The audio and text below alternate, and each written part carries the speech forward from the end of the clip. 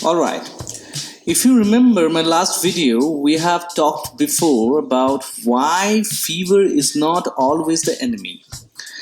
It's your body's built in defense strategy. A little internal heat wave to travel viruses and sharpen immune cells. Most of the time, there will be viruses. But what happens when it overstays? Let's get clear about that. Fever is a response, not a disease. Most viral fevers like flu, viral gastroenteritis, seasonal bugs settle within 3 to 5 days. You might get body aches, a sore throat, mild appetite loss, temperature fluctuations, rarely crossings 102 degrees Fahrenheit.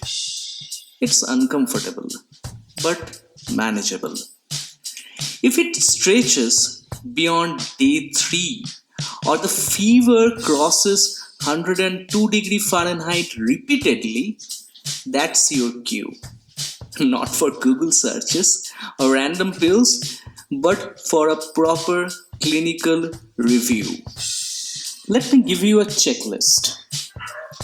Seek medical attention if the fever lasts more than 3 days, temperature stays above 102 degrees Fahrenheit, especially at night, you notice some breathlessness, severe headache maybe, or neck stiffness, rashes, red spots, persistent vomiting or diarrhea, mental confusion, drowsiness, swelling in neck, abdomen or joints, painful urination.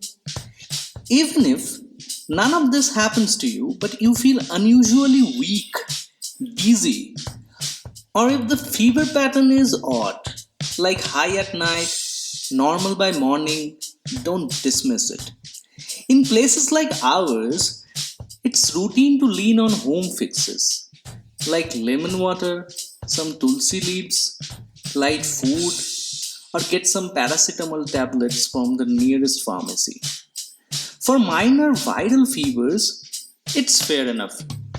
But when it crosses day 3 or trigger red flags, delay can cost you. We doctors usually begin with CVC to check your white blood cells, platelets, infection clues, then perhaps a dengue NS1 or rapid malaria test.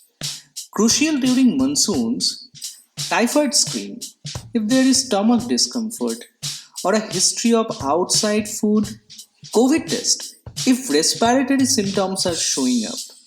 If it persists beyond 5 to 7 days or organ signs appear, then we can think about liver or kidney function test.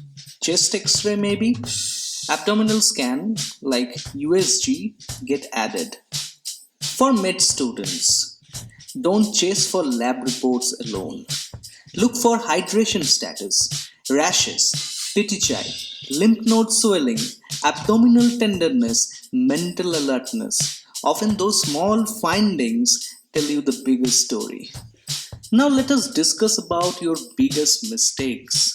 Self-medicating with a pharmacy hall. Antibiotics, sometimes steroids, without a diagnosis. All it does is mask clues and delay help. Secondly, treating the thermometer, not the patient. 101 degrees Fahrenheit isn't an emergency. If you are eating, sleeping, and alert, focus on the person, not just the number. Meanwhile, at home, stay hydrated, water, some ORS maybe, coconut water, light soup, rest, and no overexertion. Light breathable clothing and avoid overlayering. Track temperature twice daily. And most importantly, stay calm, monitor sensibly. Now let us do a quick recap. Fever is a symptom. Sometimes it is harmless, sometimes a red flag. The skill lies in knowing when to wait, and when to act. You have to trust medical reasoning, not street prescriptions. And to my fellow med learners, your patient's history and bedside clues will almost always beat a lab sleep. Okay, now if this helped you, even if a little, follow along. Reliable, no nonsense health guidance is something we all need more often. See you in the next one.